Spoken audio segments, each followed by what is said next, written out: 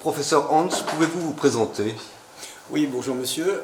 Donc je suis le professeur Stéphane Hans.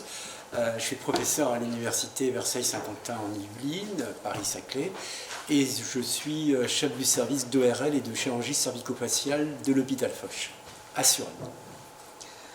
Vous avez parlé des cancers ORL, leur fréquence diminue-t-elle?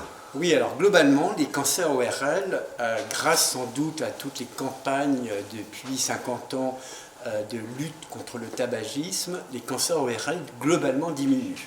Cependant, il faut savoir que les cancers de l'oropharynx, c'est-à-dire en gros les cancers de l'amygdale, sont en augmentation et ils sont liés à l'infection HPV, Human Papillomavirus, c'est-à-dire le virus du cancer du col de l'utérus.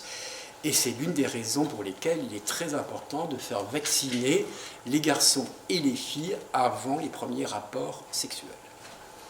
Alors vous avez beaucoup parlé de l'utilisation du laser et de la robotique, en particulier dans les cancers du larynx. Quel est leur intérêt? Effectivement, donc depuis une dizaine d'années, la chirurgie au laser et au robot a pris une place prépondérante pour les cancers du larynx, car cette chirurgie va permettre de faire des interventions chirurgicales en passant par les voies naturelles. Et en passant par les voies naturelles, il n'y a pas de communication avec l'extérieur, et comme il n'y a pas de communication, il n'y a pas besoin de faire de trachéotomie, et donc pas de sonde nasogastrique, ce qui permet d'avoir des durées d'hospitalisation pour nos patients beaucoup plus courtes, à savoir que les patients vont remanger des yaourts, par exemple, le lendemain même de l'intervention chirurgicale, et ce qui permet d'avoir une meilleure qualité de vie pour nos patients.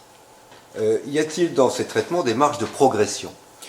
Alors, on peut imaginer, actuellement, il y a des recherches qui sont faites d'ailleurs sur des nouveaux lasers, et c'est des lasers qui vont nous permettre même de faire des interventions in-office, c'est-à-dire dans le cabinet, avec des patients éveillés et non plus sous anesthésie générale.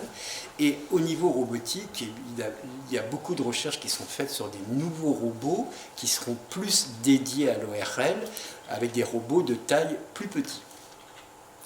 Professeur Hans, je vous remercie. Je vous remercie, monsieur.